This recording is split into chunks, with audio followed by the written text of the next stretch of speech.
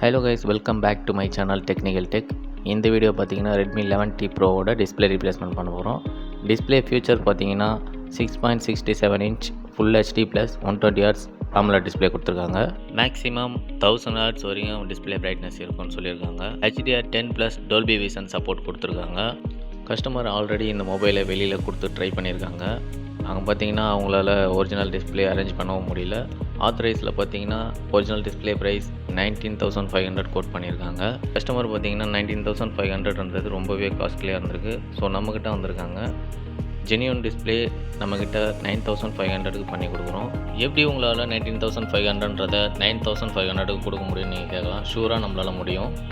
19,500ன்றது ஆக்சுவலாக பார்த்தீங்கன்னா extra margin வச்சு தான் அவங்க சொல்லியிருக்காங்க. நம்மளுக்கு அந்த எக்ஸ்ட்ரா மார்ஜின் வேணாம். இது மட்டும் இல்லை, டிஸ்பிளே ரீப்ளேஸ்மெண்ட்டுக்கு 3 months வாரண்டி கொடுக்குறோம். ஓகே, இப்போ மொபைலோட பர்ஃபார்மன்ஸ் பார்க்கலாம். Snapdragon 888 யூஸ் பண்ணியிருக்காங்க. ரேம் டைப் பார்த்தீங்கன்னா LPDDR5, ஸ்டோரேஜ் UFS 3.1 யூஸ் பண்ணியிருக்காங்க. 8GB RAM, 128GB internal storage நான் இப்போ கையில் வச்சுருக்க மொபைல். பேட்ரி பார்த்தீங்கன்னா 5000 mAh கொடுத்துருக்காங்க.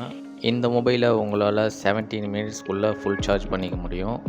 120 watts ஃபாஸ்ட் சார்ஜிங் கொடுத்துருக்காங்க.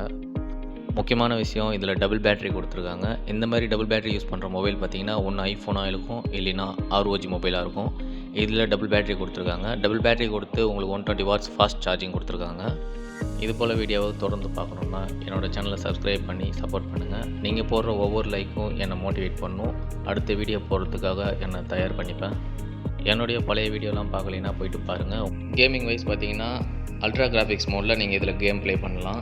OS பார்த்துக்கிட்டிங்கன்னா MIUI 12.5 கொடுத்துருக்காங்க. ஓகே, இப்போ நம்ம அப்படியே கேமரா சைடு வருவோம். 108 மெகாபிக்சல் ப்ரைமரி கேமரா கொடுத்துருக்காங்க. 5 megapixel secondary camera, 8 megapixel ultra wide camera கொடுத்துருக்காங்க. இப்போ நான் கையில் எடுக்கிற இந்த கேமரா தான் 108 மெகாபிக்சல் கேமரா. இப்போ அப்படியே செல்ஃபி கேமரா பார்த்தீங்கன்னா 16 மெகாபிக்சலில் கொடுத்துருக்காங்க. 1080p ரெசல்யூஷன் வரைக்கும் தான் உங்களால் செல்ஃபி யூஸ் பண்ண முடியும். இந்த மொபைலில் ப்ரைமரி கேமரா யூஸ் பண்ணி 8K வீடியோ வரைக்கும் உங்களால் எடுக்க முடியும். 4K ES HDR video possible சொல்லியிருக்காங்க. வீடியோவை தொடர்ந்து பாருங்கள். நம்ம மாற்ற போகிற டிஸ்பிளே வித் ஃப்ரேமோடு மாற்ற போகிறோம். பழைய டிஸ்பிளேலேருந்து ஸ்பேர்ஸ் எல்லாம் ரிமூவ் பண்ணிடலாம். இப்போ நான் ரிமூவ் பண்ணுற இந்த இது பார்த்திங்கன்னா ஸ்பீக்கர், இதுதான் இயர் ஸ்பீக்கர். இந்த மொபைலை ஃபுல் டிசமெண்டல் பண்ணுறதுக்கு எனக்கு 45 minutes ஆகிருக்கு. ஆனால் நீங்கள் வீடியோ பார்க்கும்போது உங்களுக்கு 5 minutes வீடியோவாக தான் இருக்கும். வீடியோவை தொடர்ந்து பாருங்கள். ஓல்டு ஃப்ரேம்லேருந்து ஸ்பேர் எல்லாம் ரிமூவ் பண்ணிடலாம். நியூ ஃப்ரேமுக்கு ரிட்டர்ன் பேக் பண்ணலாம். இதில் ஃபிங்கர் பிரிண்ட் பார்த்தீங்கன்னா பவர் பட்டனோட அட்டாச்சாக இருக்குது. பவர் பட்டனை ரிமூவ் பண்ணுறதுக்கே ரொம்ப டைம் எடுத்துக்கிச்சு, ரொம்ப கஷ்டமாகவும் இருந்துச்சு. நம்ம ரீப்ளேஸ் பண்ண போகிற டிஸ்பிளே பிரைட்னஸ் பார்த்தீங்கன்னா ஒரிஜினலில் என்னவோ அதே தான் இருக்குது. 1000 Hz மேக்ஸிமம் பிரைட்னஸ். இதில் உங்களுக்கு எனி டவுட் எதுவாக இருந்தாலும் கமெண்ட் பாக்ஸில் கமெண்ட் பண்ணுங்க. கண்டிப்பாக நான் ரிப்ளை பண்ணுறேன். ஓல்டு ஃப்ரேம்லேருந்து ஸ்பேரெலாம் ரிமூவ் பண்ணியாச்சு. நியூ ஃப்ரேம் வித் டிஸ்பிளே எடுத்துக்கலாம். இதுதான் பாருங்கள், ஜென்யூன் டிஸ்பிளே வித் ஃப்ரேமோட. இதுக்கப்புறம் நமக்கு பழைய டிஸ்பிளே தேவையில்லை, இதை தூக்கி போட்டுடலாம். இப்போ நியூ ஃப்ரேமில் ஸ்பேர் எல்லாம் ஒவ்வொன்றா அரேஞ்ச் பண்ணலாம் வாங்க. ஃபர்ஸ்ட் எடுத்து வைக்கிற இது பார்த்திங்கன்னா சென்சார். செகண்ட் இயர் ஸ்பீக்கரை அதோட பொசிஷனில் செட் பண்ணிடலாம்.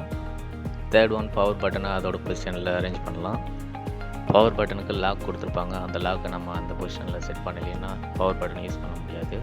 இதுதான் பார்த்திங்கன்னா அந்த பவர் பட்டனோட லாக்கு. ஓகே, இப்போ மதர் போர்டு அரேஞ்ச் பண்ணி அதுக்கப்புறம் கேமராவெல்லாம் ஃபிட் பண்ணலாம்.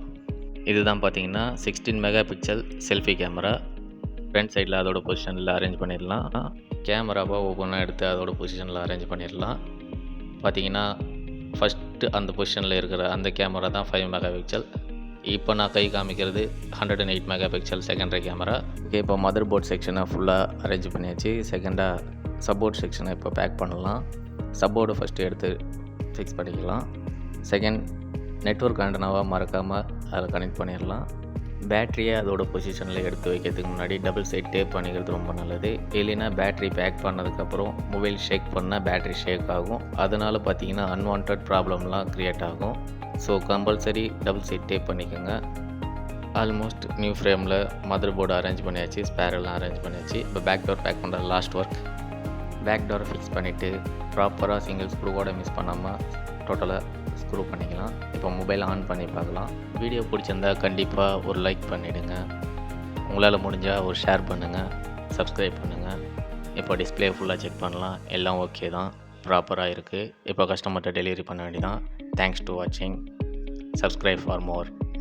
வெயிட். கேமரா செக் பண்ணி காமிக்காமல் போயிட்டான்ல உங்கள்கிட்ட. 108 மெகா பிக்சல் கேமரா பாருங்கள். என்னோடய கேமராவும் பாருங்கள், இந்த மொபைலோட கேமராவை பாருங்கள் எவ்வளோ கிளாரிட்டியாக இருக்குன்ட்டு. ஓகே, ஒர்க் முடிஞ்சிச்சு. கஸ்டமர்கிட்ட மொபைலை டெலிவரி பண்ணிடலாம்.